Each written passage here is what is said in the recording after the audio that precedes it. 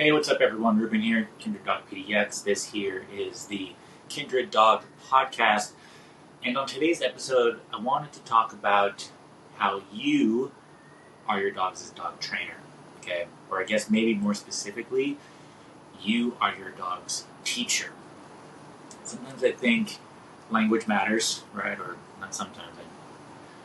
Language matters, okay, pretty much. So I think if we can look at us being our dog's teacher rather than trainer, I think it might help us to approach how we work with our dogs a little bit differently, okay?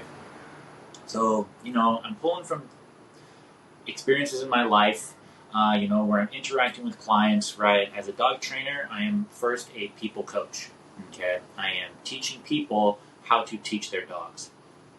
And something that I find a lot of people struggle with is figuring out what the dog needs, okay? And setting aside our own expectations, all right? I think it happens very easily that we get a dog and we have these ideas in our brain of how it should look. And if we're not able to live up to or do what we think it should look like, then we struggle, okay?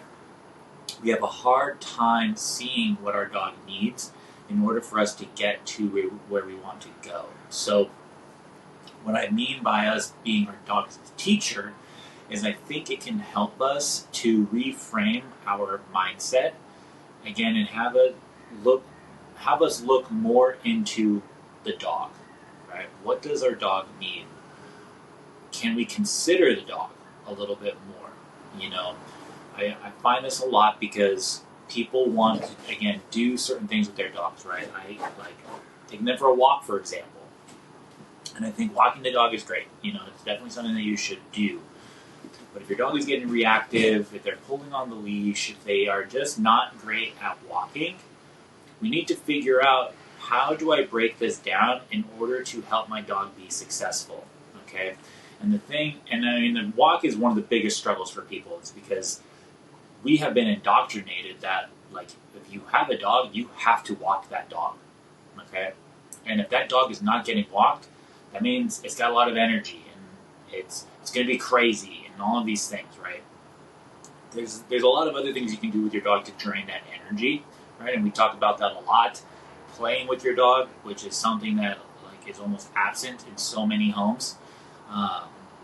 But anyways, people want to walk the dog, okay? And it's hard for them to grasp when I say, here's what I need you to do, because your dog doesn't know how to walk on a leash, is I need you to walk back and forth in front of your house, right? I think I have drills that I'll give people. Walk in a square, do figure eights, walk in a circle, okay?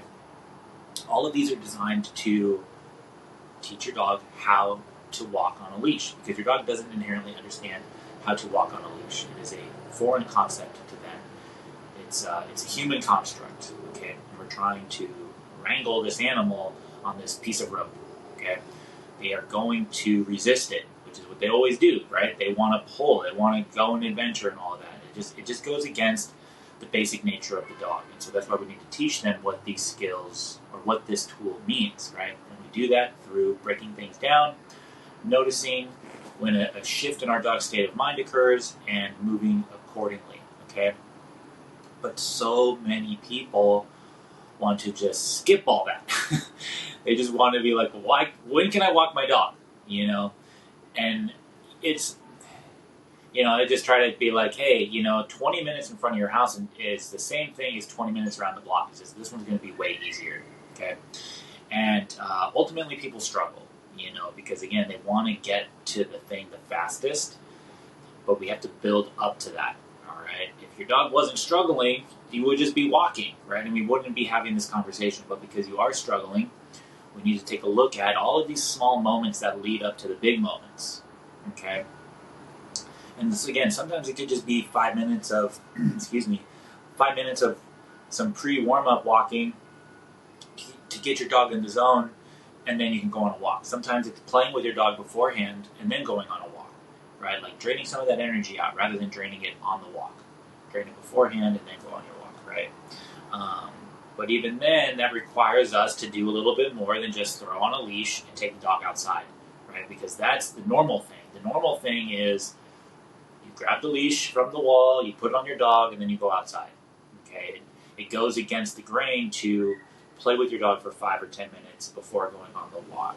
It goes against the grain to have your dog be on place for 5 or 10 minutes before going on a walk. Okay, it goes against the grain going back and forth in front of your house for 5 or 10 minutes before going on a walk, right? And that change is hard, because we have to actually think about it, right? Us grabbing the leash and putting it on the dog is just like autopilot, right? Like that stuff comes easy. Like we don't even think about that. All we know is like A plus B equals C. Leash, dog, walk, okay? And it's the same thing with our dogs. A plus B equals C. And so, again, I think like if we look at it from a teacher's point of view, right? Like I'm teaching this dog something. I think it allows us to give our dog a little bit more grace, okay? Because we know that like how do I teach you this? Okay, what if I was teaching a kid something, right? And like I can't sit them down, a child, and expecting them to do long division, right? Even just regular division, right? A plus B, like they don't know if they don't know like 2 plus 2, 1 plus 1, they're not going to know multiplication, right? So I can't come at them with these like lofty goals of like, you're going to go do the, math masters or whatever, right? If they don't know how to add 1 plus 1, right? But how do I teach them that? How do I break this down for them so that I can teach them what 1 plus 1 is, 2 plus 2 is, okay? Again, I think language matters, and language can help facilitate how we approach things. And so I think being a teacher to your dog can help guide you into being more like, okay, what does my dog need from me now in order for us to get to where we want to go? Okay? Like, let me help you to help me, essentially, right? But again, it requires us to forget about what we want in that moment, okay? Again, like going outside on a walk. Like if your dog is super jacked up to go outside, and you're trying to go outside, and they are just so elated, right? They're just super excited. It might take you 20 minutes to get to that door.